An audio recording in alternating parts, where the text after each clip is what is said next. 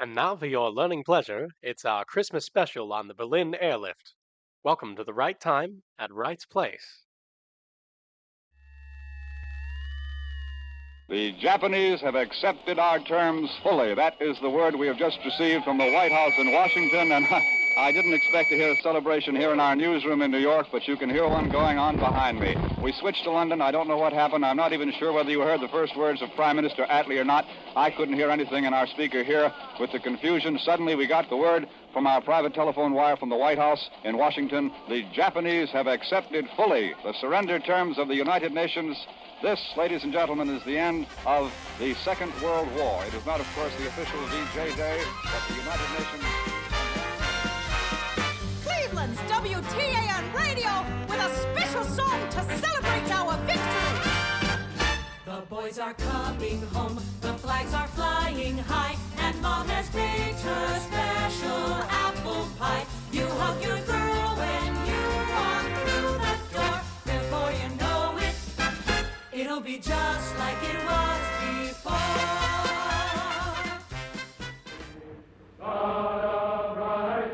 This is a syndicated feature of the American Broadcasting Company.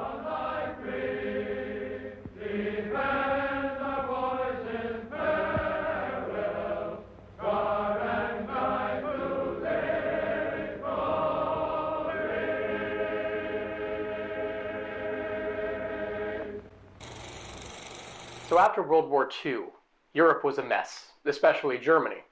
It was divided up between the Allied powers, and Russia received responsibility of East Germany. Yet, despite the capital, Berlin, being 110 miles into Russian-occupied territory, it too was subdivided among the Allies. France, Great Britain, and the United States would have responsibility for the reconstruction of West Berlin, while Russia maintained responsibility over the East. For a period of time, there was cooperation. But when the United States, France, and Great Britain wanted to create a unified currency for West Berlin, Joseph Stalin and the Soviet Union objected. Russia cut off land routes between the East and the West, blocking the transfer of supplies to Berlin. The Western powers now had four options. They could abandon Berlin, cancel the currency reform, force an armored column through the Soviet zone and risk war, or airlift supplies to Berlin until the crisis could be solved diplomatically. They chose the last option. The British called the plan Operation Plainfire. The Americans called it Operation Vittles. Western economic experts estimated that Western Berlin would need at least 4,500 tons of coal and fuel to survive each day in the Soviet blockade. During the course of the operation, the Berlin airlifters faced many risks, both man-made and natural. Storms and fogs passing overhead threatened the flights. Those that weren't able to land on time had to fly directly back to base without offloading their cargo, in order to prevent delays. The Soviets used searchlights, fighter jets, and anti-aircraft to deter incoming flights, but never used radio jammers, as that would have been a direct act of war. Between August 1948 and August 1949, there were 700 such incidents between the airlifters of Berlin, but none were serious enough to cause any significant delay to the operation. Look, here is the new Band-Aid plastic strip with new Super Stick. It sticks better than any other bandage. The proof? Take a dry egg at room temperature. Touch the egg with any other bandage. Brand X, brand Y, brand Z. Not one sticks. But a Band-Aid plastic strip with new Super Stick sticks tight instantly. Watch it again in slow motion. No pressure, yet we can lift the egg, even boil it. And the Band-Aid plastic strip never comes loose. Maybe you don't want to broil eggs this way, but you do want the extra protection of Band-Aid plastic strips. They take better care of little cuts and scratches. They stay put. Yes, even in hot, soapy dishwater. Neat, flesh-colored, almost invisible. Band-Aid plastic strips with new Super Stick stick better than any other bandage. Made only by Johnson & Johnson, the most trusted name in surgical dressings. Be sure you get Band-Aid plastic strips. Good evening. It's December the 22nd, and you are listening to CBS World News Today. With us is a breaking report from our very own CBS Berlin correspondent Larry Lesor, shedding some light this season on our friends in Soviet-held East Berlin. It's going to be a light Christmas here in the red, white, and blue sector of Berlin. I said light, not white, because no snow has yet fallen to cloak the ruins of this shattered city. At the first meeting last night of the Allied three-powered Kommandatura, reconstituted without the Russians, the Americans, British, and French decided to give their sectors of Berlin a Christmas present. There will be light all day on December 25th, instead of just for 2 hours in the cellars and patched-up ruins of this cheerless northern city, where even the sun shines for only a few hours a day. 200 extra tons of coal will be burned for electricity on Christmas Day to illuminate the sparsely decorated Christmas trees and the Berliners' Christmas dinner of canned meat and dried potatoes. The gift of light to the loyal Berlin population represents hundreds of bags of coal flown in by the hard-working boys of the airlift. And also, every Berlin household in the western sector will get a pint of kerosene for their lamps. It's a funny thing about the Christmas tree situation here. There aren't enough trees in the western sector for all of the Berliners who want them. And naturally, we couldn't allow space on the airlift for inedible trees. No German family would be without one this time. Well aware of this, the Russians imported 350,000 Christmas trees into their sector, and lo and behold, those little trees are appearing for street corner sale in the western sector now. The Germans are smuggling them in from the east by subway and trolley car. The Russians are so displeased that today they've announced spot checks of all subway passengers carrying food parcels or trees across the line. Coming from Paris to Berlin as I have is literally like going from one world to another. I never realized how far along the road to recovery France is, or what it really means for any country to be defeated and occupied. And reporting from CBS Berlin, December 22nd, this is Larry Lesur. It's like they popped a cork, the clubs are full again, with all the good time girls and servicemen. So grab your sweetheart tight and take the floor. Before you know it, it'll be just like it was before.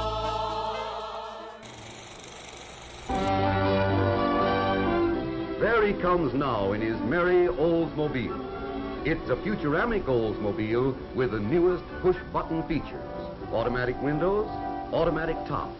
Just pull a handy control, and before you've had time to admire the smooth-flowing futuramic lines of this real post-war Oldsmobile, the top is down, automatically. Like to drive it? Just slip into that big, comfortable front seat, touch that button, and presto. The seat adjusts itself. Driving's almost automatic, too, with GM Hydromatic Drive. There's no clutch pedal, and gears shift automatically in this smart, new, futuramic Oldsmobile for 1948.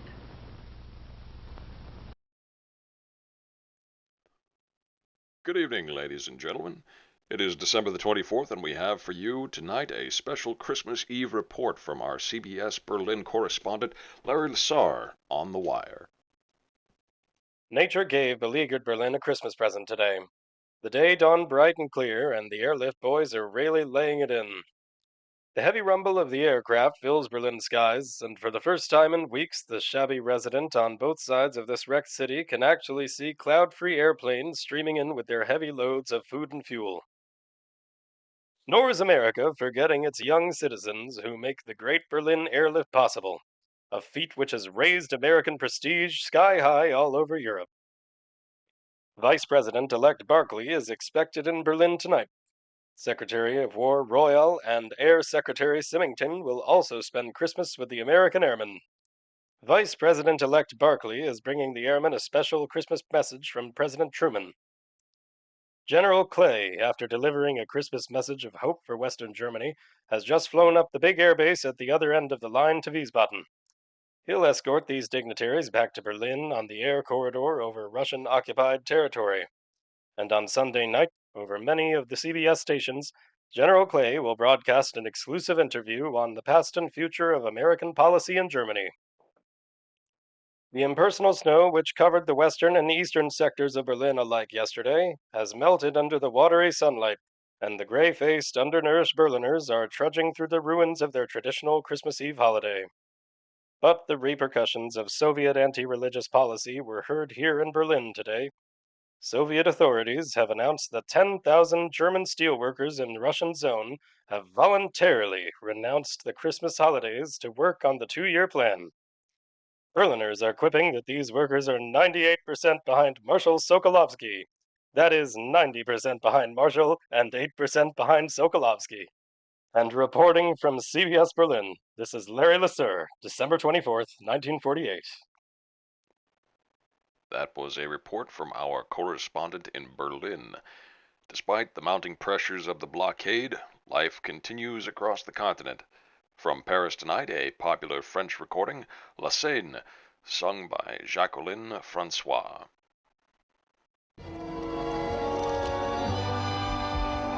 Elle roucoule, coule, coule, dès qu'elle entre dans Paris. Elle s'enroule, roule, roule, autour de ses quais fleuris. Elle chante, chante, chante, chante, chante le jour et la nuit. Car la Seine est une amante, et son amant c'est Paris. La Seine est aventureuse, de Châtillon à Mairie, et son humeur voyageuse flâne à travers le pays. Elle se fait langoureuse, de Juvisy à Choisy, pour aborder l'amoureuse, l'amoureux qu'elle a choisi. Elle roucoule, coule, coule, du Pont-Neuf jusqu'à Passy. Elle est saoule, saoule, saoule, au souvenir de Bercy. Elle chante, chante, chante, chante, chante le jour et la nuit. Si sa marche est zigzagante, c'est qu'elle est grise à Paris. Mais la Seine est paresseuse, en passant près de Neuilly. Ah, comme elle est malheureuse de quitter son bel ami dans une étreinte amoureuse. Elle enlace encore Paris pour lui laisser généreuse une boucle à Saint-Denis. Elle roucoule, coule, coule sa complainte dans la nuit. Elle roule, roule, roule vers la mer où tout finit. Elle chante, chante, chante, chante, chante l'amour de Paris. Car la Seine est une amante et Paris dort dans son lit.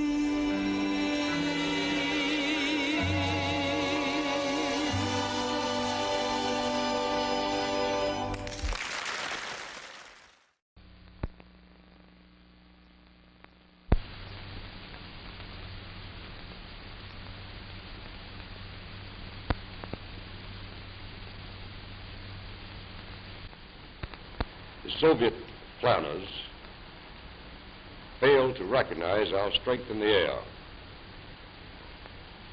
They did not understand our determination to fulfill our obligations to the people under our charge.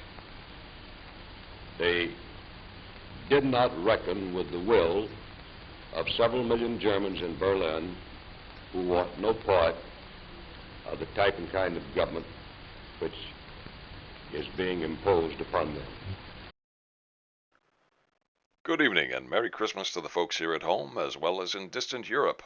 You're listening to CBS World News Today, where we are coming to you now with a special Christmas time report. Larry Lasser reporting with updates from the ground in Soviet East Berlin, where our very own Operation Vittles is currently underway. Go ahead, Larry. Santa Claus and his reindeer haven't got a thing on the young men of the Berlin Airlift. In fact, I think the young men are working a bit harder today than old St. Nick himself. He knocked off work last night, but all day long the lead-gray skies of Berlin have been filled with the rumble of airplane engines. You can't see the big four-motored planes through the overcast, but they're streaming in, heavily laden, into Tempelhof right now on the most ticklish kind of blind landings. The boys of the airlift have been grabbing their Christmas dinner on the run.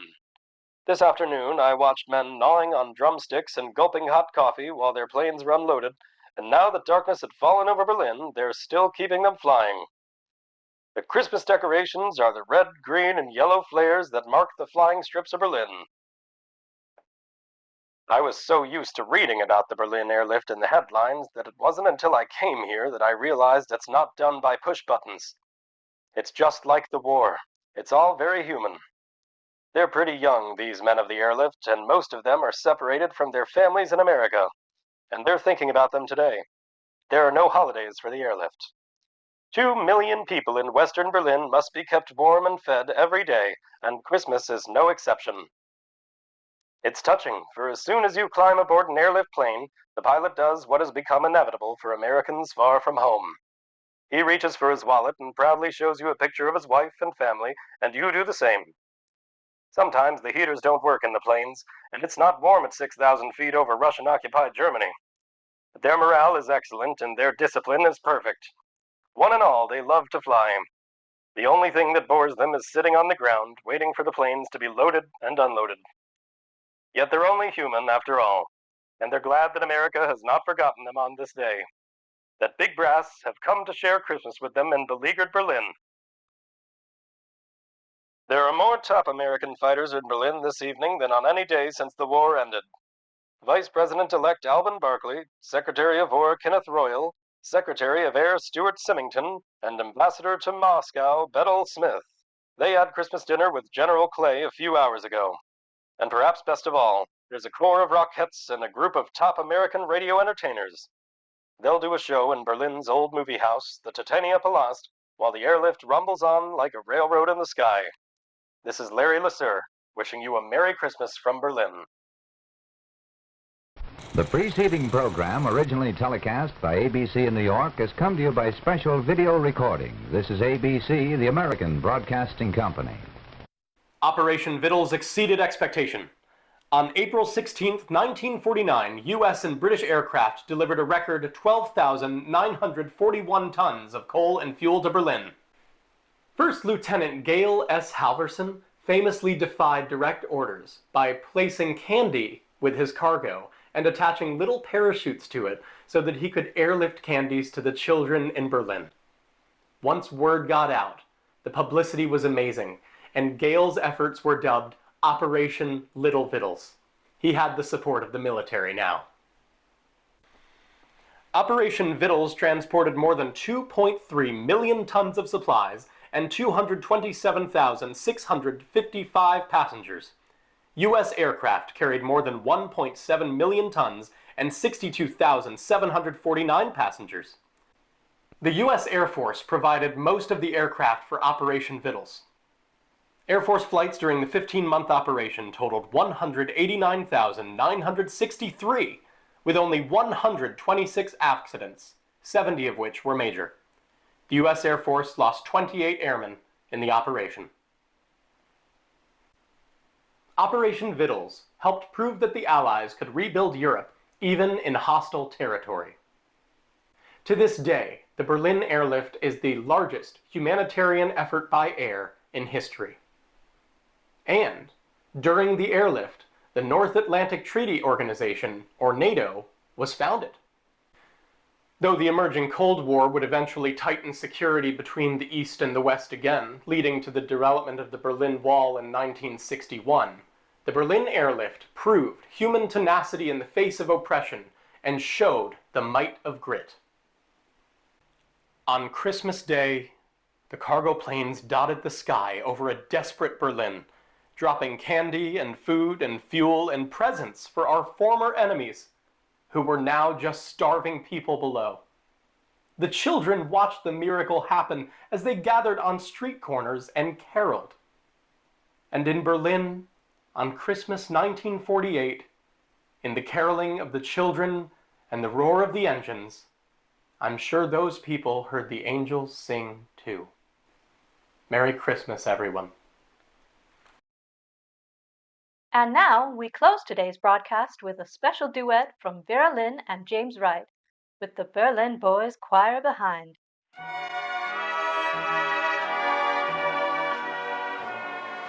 We'll meet again. Don't know where, don't know when, but I know we'll meet again some sunny day. Keep smiling through, just like you always do, till the blue skies drive the dark clouds far away. So will you please say hello to the folks that I know? Tell them I won't be long. They'll be happy to know that as you saw me go, I was singing this song. We'll meet again. Don't know where, don't know when, but I know we'll meet again some sunny day.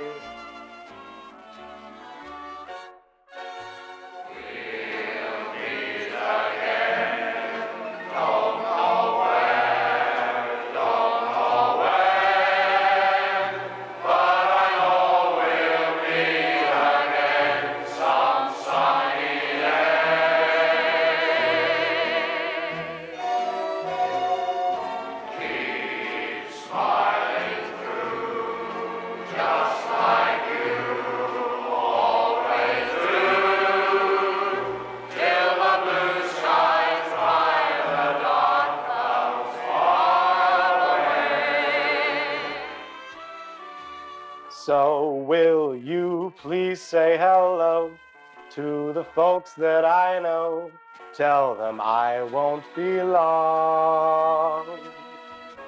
They'll be happy to know that as you saw me go, I was singing this song.